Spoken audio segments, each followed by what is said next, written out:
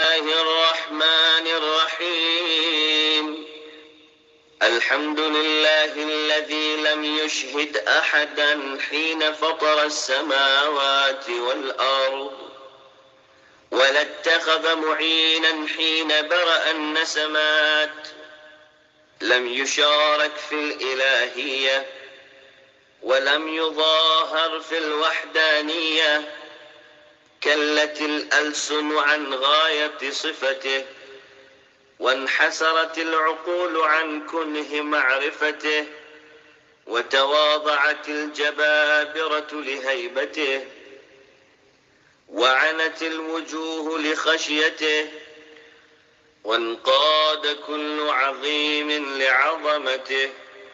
فلك الحمد متواترا متسقا، ومتواليا مستوسقا، وصلواته على رسوله أبدا، وسلامه دائما سرمدا.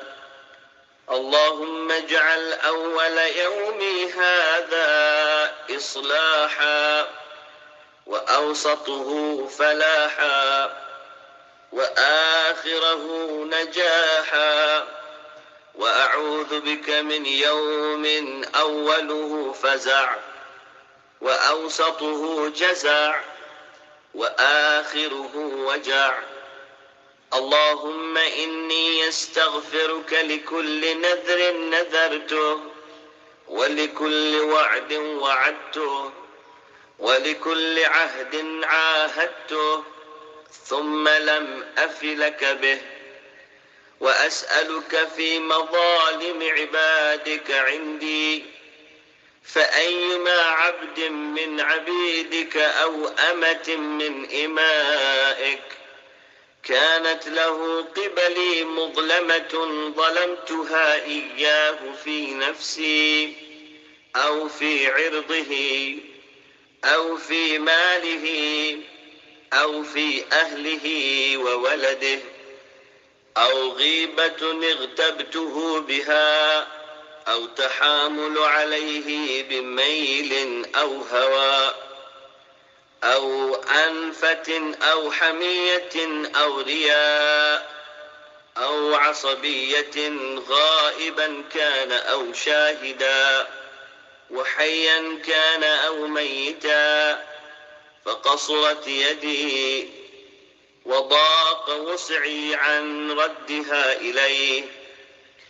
والتحلل منه. فأسألك يا من يملك الحاجات وهي مستجيبة بمشيئته ومسرعة إلى إرادته، أن تصلي على محمد وآل محمد، وأن ترضيه عني بما شئت، وتهب لي من عندك رحمة إنه لا تنقصك المغفرة ولا تضرك الموهبة يا أرحم الراحمين. اللهم أولني في كل يوم 2 نعمتين منك 2، سعادة في أوله بطاعتك، ونعمة في آخره بمغفرتك، يا من هو الإله ولا يغفر الذنوب سواه. अल्लाहुम्मा सल्लि अला मुहम्मदिन व आले मोहम्मद वअज्जल फ़रज आले मोहम्मद। पीर के दिन की दुआ इमाम ज़ैनुल आबिदीन अलैहिस्सलाम की तालीम करता। शुरू अल्लाह के पाक नाम से जो बड़ा मेहरबान निहायत रहम वाला है, जिसने आसमानों और ज़मीन को पैदा करते वक्त किसी को अपने साथ नहीं मिलाया और जानदारों को पैदा करने में किसी से मदद नहीं ली। उसके माबूद होने में कोई शरीक नहीं और ना उसकी यकताई में कोई मावन है। ज़बानें उसकी तारीफ़ करने से कासिर हैं और अक्लें उसकी ज़ात को समझने से आजिज़ हैं, और बड़े बड़े सरकश उसकी हैबत से सरनिगू हैं, और चेहरे उसके खौफ से झुके हुए हैं, और उसकी अज़मत के सामने हर अज़ीम मती है। बस तेरे लिए हम्द है लगातार, اور سلسلہ وار اور بار بار استوار، اور اس کے رسول پر دائمی رحمت اور سرمدی سلام ہو۔ اے معبود، میرے لیے آج کے دن کے پہلے حصے کو بھلائی، درمیانی حصے کو فائدہ بخش اور آخری حصے کو کامیابی کا حامل بنا دے، اور اس دن سے تیری پناہ لیتا ہوں جس کا اول فریاد، اوسط بیتابی اور آخر تکلیف دہ ہو۔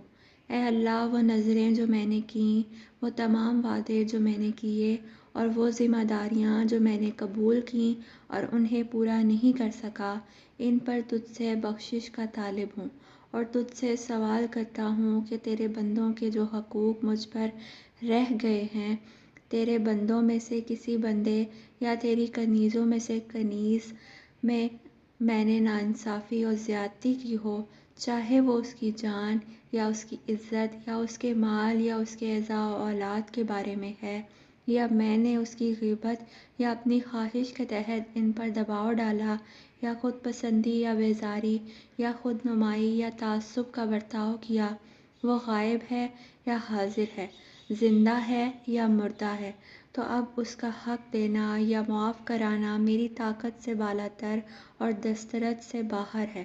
پس اے حاجات کے مالک، کہ وہ حاجات تیری مشیت میں قبول ہیں اور جلد تیرے ارادے میں آنے والی ہیں، میں تجھ سے سوال کرتا ہوں کہ محمد و آل محمد پر رحمت فرما، اور ان لوگوں کو جیسے تو چاہے مجھ سے راضی فرما، اور مجھ پر مہربانی فرما۔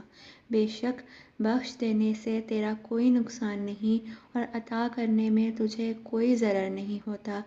اے سب سے زیادہ رحم کرنے والے، اے معبود، ہر سوموار کو مجھے 2 نعمتیں اکٹھی عطا فرما، کہ اس دن کے پہلے حصے میں مجھے اپنی اطاعت کی سعادت عنایت فرما، اور اس کے دوسرے حصے میں مغفرت کی نعمت دے۔